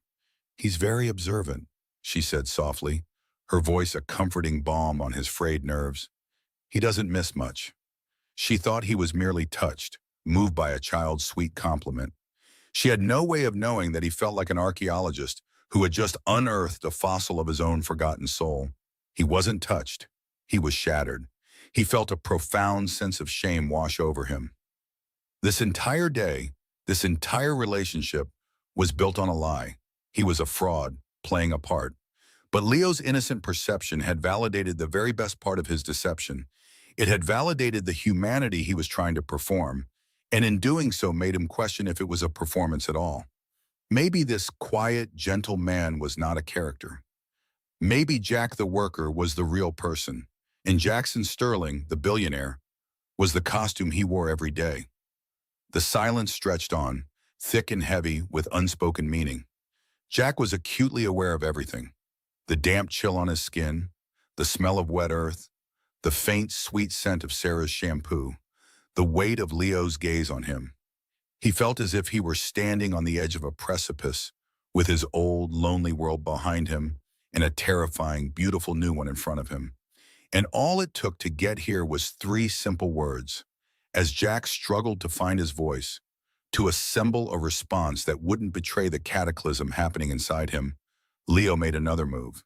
His expression was shy now, the previous intensity replaced by a childlike hesitancy. He looked down at the drawing in his sketchbook, then back up at Jack. With the utmost care, he gripped the top of the page and tore it slowly from the spiral binding. The sound of the paper ripping was loud in the quiet afternoon, a small, definitive act. The edge was jagged, imperfect. Leo took a small step forward, closing the remaining distance between them. He held the drawing out to Jack, his small hand trembling just slightly. It was an offering, a gift. He was giving Jack his perception, a tangible piece of what he saw. He was giving him the man with the kind eyes. Jack stared at the outstretched hand, at the pencil-drawn portrait resting on the boy's small palm. His own hands, the ones he kept deliberately rough to sell his story, felt heavy and useless at his sides. He couldn't move. He couldn't reach out and take it. To accept the drawing felt like accepting a truth he didn't deserve, like sealing a pact based on a lie. But to refuse it felt like an act of unimaginable cruelty, a rejection of the purest, most honest gesture he had ever received. He was trapped, overwhelmed. A powerful emotion, dense and unfamiliar, rose up in his chest, so potent it felt like grief and joy and hope all tangled together. It was a feeling he couldn't name, a language his vast vocabulary of finance and strategy had no words for. All he could do was stand there, rooted to the spot, a billionaire in borrowed clothes, rendered utterly speechless by a child's gift, as Leo shyly offered him the drawing from his sketchbook. The page in his hand felt impossibly heavy, a simple sheet of paper from a child's sketchbook. Jack stared at the pencil lines, at the careful shading around the eyes. He could still hear Sarah's voice, a soft echo in the damp air, translating Leo's observation. "You have kind eyes." The words had struck him with the force of a physical blow, bypassing every wall he had ever built. Around them, the zoo was slowly coming back to life as the rain faded, the sounds of distant animals and children's laughter returning. But for Jack, the world was silent and small, reduced to the drawing he held. He finally looked up from the paper and met Sarah's gaze. Her expression was unreadable, a mixture of warmth and a quiet, watchful curiosity. She did not press him for a response, simply stood there, giving him the space to process the moment. "We should probably get you guys home," Jack said, his voice sounding rough and unfamiliar to his own ears. He carefully held the drawing, afraid to crease it. He felt like a man entrusted with a fragile, priceless artifact. The walk back to his beat-up work truck was quiet. Leo walked between them, occasionally reaching out to take Sarah's hand, then Jack's, his small fingers a trusting weight. Each time the boy's hand slipped into his, a strange and powerful current ran up Jack's arm. It was a feeling of connection so pure and uncomplicated it almost hurt. He unlocked the doors to the old truck, the metal groaning in protest. Sarah helped Leo into the back seat, making sure he was buckled in securely before sliding into the passenger's seat beside Jack. He placed the drawing on the dashboard, angled towards him. It felt wrong to put it anywhere else, like shutting a light in a box. He started the engine, and the truck rumbled to life, its familiar vibrations a stark contrast to the silent, smooth purr of the luxury cars in his real garage. Driving through the city streets, the silence inside the cab was not awkward. It was full of the day's shared experiences, the spilled soda, the sudden downpour, the quiet intensity of a child's gaze. Leo was humming softly in the back, a tuneless, happy sound that filled the space with a gentle warmth. Jack glanced over at Sarah. Her head was resting against the window, her profile softened by the passing streetlights. Her hair was still slightly damp from the rain, and a few stray auburn strands had escaped her messy bun to curl against her neck. She looked tired, but in a peaceful, contented way. He wanted to say something, anything, to keep the moment from ending. He wanted to ask her about her dreams, about the art she created, about the life she had built from love and sheer force of will. But the words caught in his throat. What could he say? Every truth about himself was a lie. He was not Jack, the construction worker who drove an old truck and worried about making rent. He was Jackson Sterling, a man who could buy the building she lived in without a second thought. A man who had earned his fortune through cold calculation and a merciless understanding of human weakness. The man Leo saw, the one with kind eyes, felt like a complete stranger. Yet at the same time, he felt more like himself than he had in years. The tension of this paradox was a knot in his chest. Sarah must have felt him looking. She turned her head, and her eyes met his in the dim light. She offered a small, shy smile. "He really likes you," she said softly, her voice barely above the engine's noise. "He's usually much more reserved with the his people." "He's a great kid," Jack replied, the words feeling utterly inadequate. "You've done an amazing job with him, Sarah." A faint blush colored her cheeks. "We manage," she said, her gaze dropping to her hands in her lap. "It's not always easy, but he's everything." The simple declaration hung in the air. He's everything. For Jack, everything had always been about numbers on a screen, market shares, assets, and acquisitions. He had never known this kind of everything. This quiet, fierce, all-encompassing love for another human being. He felt a pang of something sharp and painful, a deep, hollow ache of loneliness he hadn't allowed himself to acknowledge before. He pulled up in front of her apartment building, a modest three-story walk-up on a quiet, tree-lined street.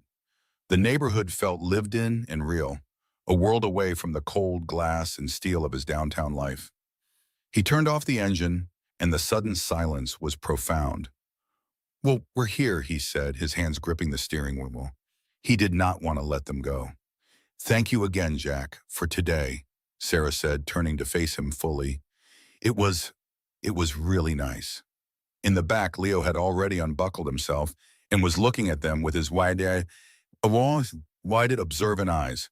Jack got out and opened the rear door for him, and the boy scrambled out, clutching a small stuffed monkey they had bought at the zoo gift shop.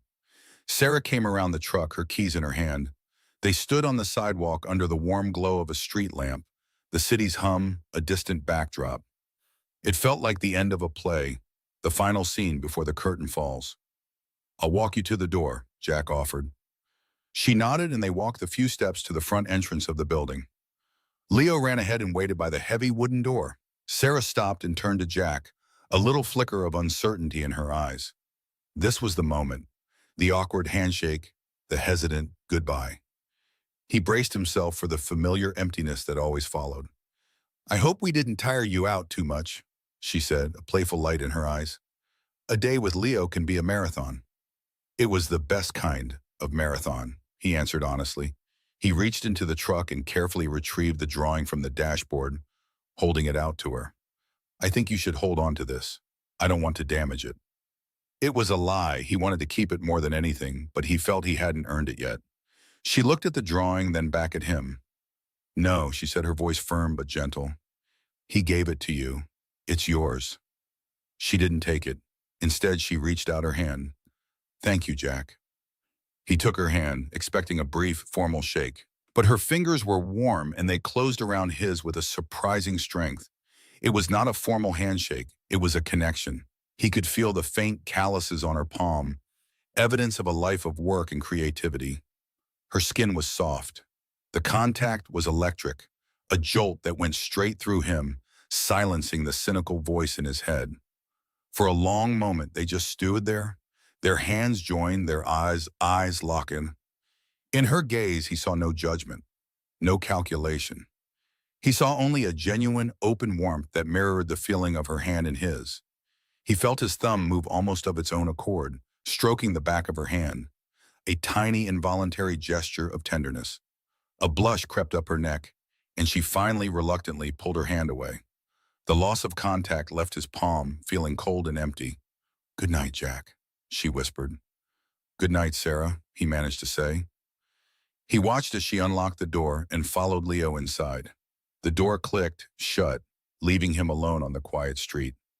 He stood there for a long time, the warmth of her touch still lingering on his skin. He felt as if he were standing on a shore, watching a ship sail away, carrying a part of him with it. Driving back to his penthouse was like traveling between different universes. He left the world of warm brick buildings and sleeping families and entered the sterile heart of the city, where skyscrapers pierced the night sky like shards of ice. The old truck felt out of place as he pulled into the private, subterranean garage of his building, parking it between a sleek Italian sports car and a custom German sedan. He took the private elevator straight to the penthouse. The doors slid open with a soft hiss, revealing the vast, empty space. His footsteps echoed on the polished marble floors. He didn't bother turning on the main lights, allowing the city below to illuminate the room in a cold, electric glow. He walked to the floor-to-ceiling windows, which offered a panoramic view of Chicago. Millions of lights spread out before him, a sprawling galaxy of human activity. He had always found power in this view, a sense of dominion. Tonight, it just made him feel small and utterly alone. He reached into his jacket pocket and pulled out the drawing. He had taken it from the dashboard before he left Sarah's street. He couldn't bear to leave it behind. He held the paper up, the faint light from the city catching the graphite. Leo's drawing. The eyes stared back at him. They were not his eyes, not the sharp, calculating eyes of Jackson Sterling, the man who could dismantle a company with a few phone calls. They were simpler, kinder. His gaze drifted from the drawing to his own faint reflection in the dark glass of the window. He saw his own silhouette, a dark shape against the glittering city. He looked tired. He saw the sharp line of his jaw, the guarded set of his mouth. He looked for the kindness Leo had seen, searching his own reflection for a trace of that man. For a fleeting second, he thought he saw it, a softening around his eyes, a lessening of the tension he always carried in his shoulders. It was the man who had laughed when a child spilled soda on him, the man who had felt a sense of rightness holding a small boy's hand, the man whose heart had hammered in his chest while holding a woman's hand for a few seconds too long. The fear of his lie being discovered that was still there, a cold stone in his gut. The potential for catastrophic heartbreak was immense, but a new feeling was rising to challenge it, something stronger and far more compelling. It was not just a desire for Sarah, but a desire to be the man she and her nephew seemed to think he was, a desire to earn that drawing, to earn that lingering handshake, to earn the quiet trust he had seen in a child's eyes. He wanted, with an intensity that terrified him, to be worthy of their simple, untainted belief in him. He wanted to be a man with kind eyes. He sank onto a low leather sofa, the drawing still in his hand. The silence of the apartment was immense, broken only by the faint hum of the building's climate control. He felt adrift between two worlds, the one he had built and the one he had just glimpsed. One was made of concrete, steel, and money. The other was made of laughter, soda stains, and a child's perception. He did not know how to bridge the gap between them. He only knew he could not go back to living solely in his gilded cage. Just then, a soft buzz vibrated against the leather of the sofa. He had tossed his phone there when he walked in. He reached for it, his movements slow, almost weary. The screen lit up with a new message. His heart gave a sudden hard kick against his ribs when he saw Sarah's name. His thumb trembled slightly as he opened the text. The message was short, just a few simple words. "Thank you for today. Leo hasn't stopped talking about you." Jack read the sentence once, then twice. He looked from the words on the screen to the drawing in his other hand. Leo hadn't stopped talking about him. A small boy who barely spoke at all was talking about him. A wave of emotion so powerful it left him breathless washed over him. In that moment, the numbers in his bank accounts, the value of his stock portfolio, the entire glittering, empty empire he commanded, all of it felt like dust. Those simple words from Sarah, glowing on his phone in the dark, were the most valuable thing he had ever owned. The phone in Jackson's hand felt unnaturally warm, a small beacon against the cool night air of his penthouse. Sarah's message glowed on the screen, a simple string of words that had somehow dismantled the fortress around his heart. He read them again and again. Leo hasn't stopped talking about you. Each word was a soft hammer blow against the silent, echoing emptiness he called his life. The feeling was too large for his apartment, too fragile for the place he pretended to be someone else. He had needed to go to the one place where he was undeniably himself, the one place he felt most alone. He stood now, hours later, before the vast floor-to-ceiling window of his office on the 90th floor. The city of Chicago was a silent, sprawling galaxy of light below him, a complex grid of 1 million anonymous lives. From up here, it was just a beautiful pattern, devoid of sound or struggle. It was how he had always preferred it. Distant, controllable, an asset on a balance sheet. But tonight he knew that somewhere down in that sea of amber and white, Sarah was sleeping in her small apartment, and Leo was dreaming, perhaps of lions and laughing men. The city was no longer just a map of his power. It had a heart now, and he was terrifyingly outside of it, looking in. The office was cold, the air scrubbed clean and sterile by a silent, state-of-the-art ventilation system. The only sound was the faint electric hum of a server room somewhere deep in the building's core. He walked across the polished marble floor, his footsteps the only disruption in the profound quiet. His desk was a massive slab of dark oak, an altar to commerce in solitude. On its surface lay the tools of his trade, a sleek black tablet displaying market data, a stack of confidential reports bound in navy leather, a fountain pen worth more than the car he pretended to drive. He reached into the pocket of his expensive trousers and pulled out 2 items. First came the drawing. He unfolded the paper with a surgeon's care, smoothing the creases Leo's small hands had made. It was his own face, but not the one he saw in the mirror. It was the face of a man with kind eyes, a stranger he desperately wanted to meet. He laid it carefully on the desk. Then he pulled out the other treasure, a cheap paper cup slightly crushed from the zoo's concession stand.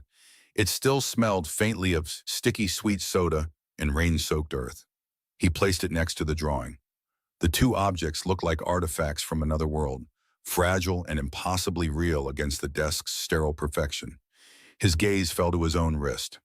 A platinum watch, a masterpiece of Swiss engineering, gleamed under the soft recessed lighting.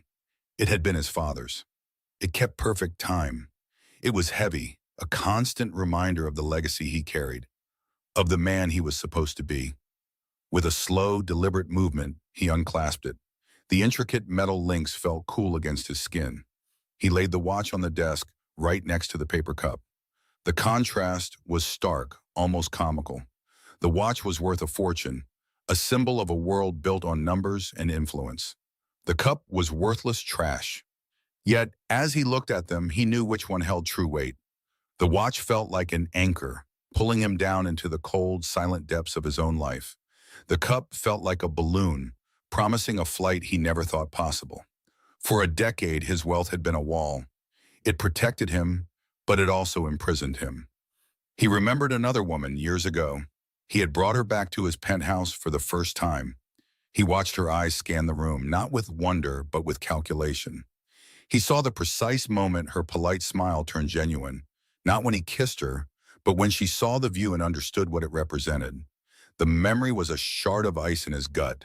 That was the moment he had started to build the lie, long before he met Sarah. He had created Jack the construction worker as a shield, a way to see people before they saw his bank account. He began to pace the length of the window, the city lights blurring into long streaks. What if he told Sarah the truth tomorrow? He could picture the scene with sickening clarity, her warm, open face clouding over, the trust in her eyes dissolving into suspicion, or worse, disappointment. She would look at him and no longer see the man who made her nephew laugh. She would see a stranger who had played a cruel game with her. The thought of her kindness turning to cold politeness was a physical pain. He could not bear it. He would lose her. He would lose the only thing that had ever felt real. The lie was a poison, he knew that. Arthur was right. It was a ticking bomb. But what was the alternative? To walk away? to return to this silent tower and his even more silent life? He had lived that truth for years, and it was a slow, crushing loneliness. He had accepted it as his fate, but now he had tasted something else.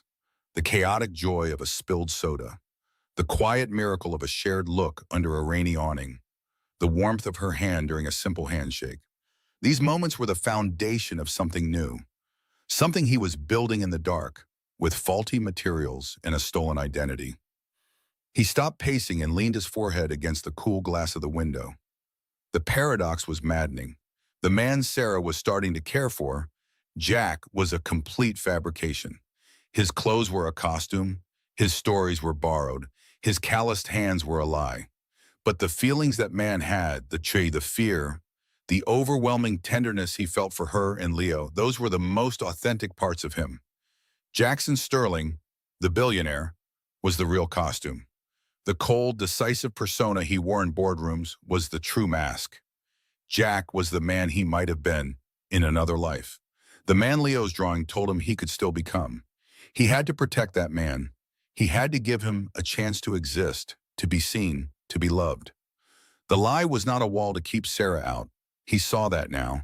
It was a greenhouse, a fragile structure he was building to protect a tiny, vulnerable seed of hope from the harsh weather of his reality. He had to nurture it in this artificial environment first. He had to let it grow strong enough to survive the truth. One day he would have to tell her, he would have to face her judgment, but not now, not yet. First, he had to earn the right. He had to become the man with the kind eyes, not just for a day, but for good. A sense of calm settled over him, heavy and absolute. It was not a happy feeling, but one of grim purpose. The path ahead was a minefield of deception and potential heartbreak. But for the first time in his adult life, he was walking towards something, not away from it. He was choosing the terrifying risk of connection over the safe, dead certainty of isolation. He walked back to his desk. The watch and the cup sat there, a silent testament to his decision. He did not touch them. They were part of a past and a future he had just reconciled. He reached for his phone, its screen dark. His thumbprint brought it to life, illuminating her name in his contacts. Sarah. The 4 letters held more value than all the glowing stock tickers on his other screens. His thumb hovered over her name, a fraction of an inch from making the call. The fear of his secret being discovered was still there, a cold knot in his stomach. But another fear had grown larger, eclipsing everything else. The fear of losing her was now far greater than the fear of being found out. His thumb hesitated over Sarah's name before scrolling down. There was one other call he had to make first, a final severing of a lifeline to his old reality. He found the name Arthur Vance and pressed the screen before he could second-guess himself. The phone rang 3 times in the vast, empty penthouse. Arthur's voice was crisp. "Jackson, is everything all right?" Jack took a breath. "I'm fine, Arthur. I wanted to let you know my decision." A pause. "Wow." "The social experiment," Arthur said, his tone already laced with disapproval. "I assume you're calling to tell me it's over." "That's not what I'm calling to say," Jack stated, his voice unwavering. "I'm not ending it. I'm going to continue seeing her." The silence was heavy with disbelief. When Arthur spoke, his voice was raw. "Continue seeing her? As who, Jackson? As the man who digs ditches for a living? As the man who worries about paying his rent?" "As Jack," he replied simply. "Just Jack." A sharp, humorless laugh crackled through the phone. "There is no just Jack. He's a costume. This is a real person, a woman with a child. She has enough struggles without you adding this monumental deception to her life." "I've never felt more sane," Jack said, surprised. Surprised by the truth in his own words. He stared at his reflection in the window, a faint outline over the endless city. "Sane into..." Arthur's voice was a furious whisper. "You are building a relationship on a fantasy. It is a ticking time bomb, and you are holding the detonator. She will find out, Jackson. The world knows Jackson Sterling. What happens when she sees your face on a magazine cover?" Jack's jaw tightened. "I'll handle that when it comes." "How?" Arthur demanded. "By telling her it was all a lie? That you were just testing her. Do you have any idea how cruel that is? It will destroy her trust in anyone. Every word was a hammer blow against Jack's own fears. Arthur was right. It was a terrible risk. But returning to this sterile silence was a different kind of ending, a slow fade into nothing. And the boy, Jack, Arthur's voice softened, becoming more piercing. What about Leo, the one who thinks you have kind eyes? You won't just break her heart. You'll break his too. Jack's stomach twisted. He leaned his forehead against the cool glass, the image of Leo's serious face flashing in his mind. A child had looked past the walls and seen something good. He couldn't let that go. This is my decision, Arthur, Jack said, his voice thick with emotion. I know the risks. I'm doing it anyway. For God's sake, why? Arthur pleaded. The truth is the only way. I tried the truth, Jack countered bitterly. The truth is this building and prenuptial agreements. It's women who see a walking bank vault. Sarah sees me. Leo sees me. I can't give that up. A long, defeated sigh came through the speaker. This will end in disaster. And when it does, I won't be there to pick up the pieces. This is a mess of your own making. The finality was a door slamming shut. I'm not asking you to, Jack said softly. Then I've heard it, Arthur replied, his voice flat and cold. Good luck, Jack. You are going to need it. The line went dead. The silence of the penthouse pressed in, filled with Arthur's echoing words. A monumental deception. A profound loneliness settled over him. His gaze fell upon the worn paper cup from the zoo still on his desk. Next to it was Leo's drawing. He picked up the paper, his fingers tracing the pencil lines of the eyes. Kind eyes. Was it a lie if he was trying to become the man in that drawing? He set the drawing down and picked up his phone again. His heart began to pound, a frantic, heavy rhythm. Beneath the fear, a wild, reckless hope was stirring. He tapped Sarah's name. The phone began to ring, each tone a step into a terrifying, beautiful unknown. Then, her voice. Hello?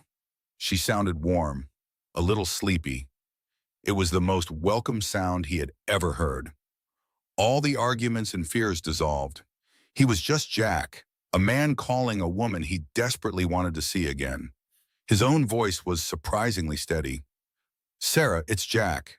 I hope I didn't wake you. Jack, no, not at all, she said, and he could hear the smile in her voice. It's good to hear from you. His heart felt like it would beat its way out of his chat, Oman. I was wondering, and he began, I know it's short notice, but would you be free for dinner tomorrow night? There was a brief pause, but then she laughed, a soft sound that made his stomach flip. I would love that, Jack. Really. Relief washed over him, so potent it almost made him dizzy. Great, he managed, a smile spreading across his face. I'll pick you up at 7? 7 sounds perfect. They said their goodbyes. Jack stood in the middle of his cavernous home, the city lights twinkling outside. He had lied. He had defied his oldest friend. He had set a course for almost certain heartbreak. But as he stood there, a sense of terrifying, exhilarating purpose settled over him. For the first time in a very long time, he knew exactly what he was fighting for. The evening air was cool on Jack's skin, carrying the scent of garlic and baking bread from the small Italian restaurant behind him. He stood under a flickering street lamp, his hands pushed deep into the pockets of his worn jeans. These clothes felt different tonight. They were no longer just a disguise. They felt like a choice, a uniform for a life he was actively trying to build, not just imitate. Every passing car headlight made his heart jump. He felt more nervous now than he did before closing a billion-dollar merger. This felt infinitely more important. This felt real. He had made his decision, spoken the words to Arthur, and then to Sarah over the phone. But standing here, waiting for her, was the first true step into that new reality. Then he saw her. She was walking down the block, her auburn hair catching the glow of the storefronts. She scanned the street, and when her eyes found him, her face broke into a smile. It was not a polite smile or a cautious one. It was a radiant, unguarded beam of pure warmth that seemed to push back the city's shadows. And it was aimed directly at him, at Jack, the man with rough hands and a quiet demeanor. In that moment, he knew with absolute certainty that this smile had nothing to do with sterling tower or a number in a bank account. It was a gift, freely given, and it struck him with the force of a physical blow, leaving him breathless. As she reached him, he found his voice. "Hi," he said, the words sounding inadequate. "Hi yourself," Sarah replied, her eyes sparkling. "I was starting to think you were just a voice on the phone." "I was starting to think the same thing," he admitted, a genuine smile finally reaching his own lips. He held the door for her, and they stepped into the restaurant's cozy chaos. The room was small and loud, filled with the clatter of plates, lively conversation, and the rich smell of tomato sauce. A host led them toward a small table in the corner. As they walked, following the host through the narrow gap between tables, Jack felt an impulse surge through him. It was a terrifying, undeniable need to close the small distance between them. Slowly, hesitantly, he reached out his hand, his palm facing up, an open question in the space between their bodies. Sarah didn't even seem to hesitate. She simply turned her hand and slipped her fingers between his, her touch soft and sure. A current of warmth shot up his arm, settling directly in his chest. It was a simple gesture, an act of casual connection that people made every day. But for Jack, it was a profound confirmation. He was holding her hand not as Jackson Sterling, the magnate, but as Jack, the man she wanted to be with. Her fingers tightened around his just as they reached their table, a silent reassurance that made his world tilt on its axis. They sat down, but he was reluctant to let go. When the waiter came to take their drink order, their hands finally parted, but the feeling of her skin against his lingered. The dinner was easy. It flowed with a natural rhythm that Jack had never experienced on a date. They didn't talk about their past in great detail. Instead, they talked about the present. Sarah described a frustrating freelance client with a humorous, exasperated sigh. She spoke about Leo's latest obsession with drawing superheroes and how he had taped the sketch of Jack to the wall above his small bed. Hearing that, Jack's fork stilled over his plate. The image of his face, drawn by that quiet, perceptive boy, hanging in a place of honor in his room, was almost too much to bear. It was a fragile piece of trust he had been given, a trust he was technically betraying with every breath. He felt a familiar, sickening urge rise within him, the desire to fix it, to tell her he could hire a full-time tutor for Leo, buy her a new drawing tablet, pay off her debts so she could be free of frustrating clients forever. He could erase all her problems with a single phone call. But he swallowed the impulse down. He forced it back into the dark corner where Jackson Sterling resided. That was the old way. That was the easy one. It wasn't helping. It was purchasing. Instead, he just listened. He watched the way her eyes lit up when she talked about her nephew. He heard the genuine passion in her voice when she described a new font she was designing. He offered not solutions, but understanding. He said things like, "That sounds really tough," and "You're amazing for handling all of that." And he meant every single word. He was learning to offer support that had no price tag. He was learning to be the man Leo thought he was, the man with kind eyes. "You're very quiet tonight," Sarah said gently, her head tilted. "Is everything okay?" He looked at her, truly looked at her across the flickering candlelight. He saw the faint lines of exhaustion around her eyes, but he also saw a strength that humbled him. He saw the woman who had created a loving, stable home for a child out of chaos and loss. A woman who found joy in a shared pizza and a walk in the park. A woman who smiled at a construction worker because she saw something good in him. "Everything is better than okay," he said, his voice low and sincere. "I'm just happy to be here, with you." Her cheeks flushed slightly, and she looked down at her plate, but not before he saw the pleased, shy smile that touched her lips. The lie was a heavy weight in his gut. It was a poison he was willingly introducing into something pure and good. Arthur's words echoed in his mind, a ticking time bomb of heartbreak. He knew the risk. He knew that one day the truth would have to come out, and it could destroy everything. It could shatter this fragile connection into a million pieces. The man she was holding hands with, the man she was smiling at, was a carefully constructed fiction. But as he looked at her, he also knew he couldn't stop. Not now. This fiction was the only way he could get close to a truth he desperately needed. The lie was a shield. It was a temporary, flawed, and dangerous shield that allowed him to stand in front of her and be seen for something other than his wealth. It gave him the chance to build a foundation, stone by stone, based on shared laughter, quiet understanding, and the simple warmth of her hand in his. After dinner, he walked her home through the quiet neighborhood streets. When they reached the steps of her apartment building, they stood for a moment in comfortable silence. The city hummed around them, a distant lullaby. "I had a really nice time, Jack," she said softly. "Me too," he replied. He wanted to say more. He wanted to tell her that the past few hours had felt more real than the last 10 years of his life. But the words were too big, too dangerous. They were tangled up in the truth he couldn't yet speak. So instead, he just looked at her, letting his eyes say what his voice could not. He lifted his hand, the one that had held hers, and gently brushed a stray strand of hair from her cheek. His fingers lingered for a second on her skin, a feather-light touch. She leaned into it, her eyes closing for a brief moment. It was an act of complete trust, an act of surrender. He pulled his hand back, the moment passing. "Good night, Sarah."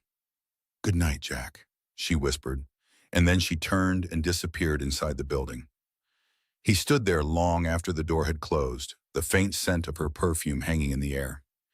He looked down at his hands, the hands of a billionaire, now disguised as the hands of a laborer.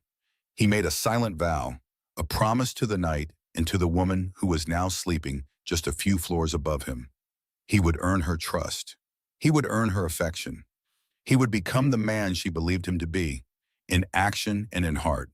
He would build their foundation on this borrowed ground, making it so strong, so true, that when the day came to confess, the structure of what they had built together might just be strong enough to withstand the storm of the truth. One day he would find the courage to tell her everything. But for now, this complicated, fragile, and beautiful beginning was enough. It was more than enough. It was everything. What would you have done? One line in the comments. Let's argue it out together. Where did the story catch you? Which scene made you stop and think? A small like is a small move, but it's a big support for this channel. See you in the next story. Subscribe so you don't miss it.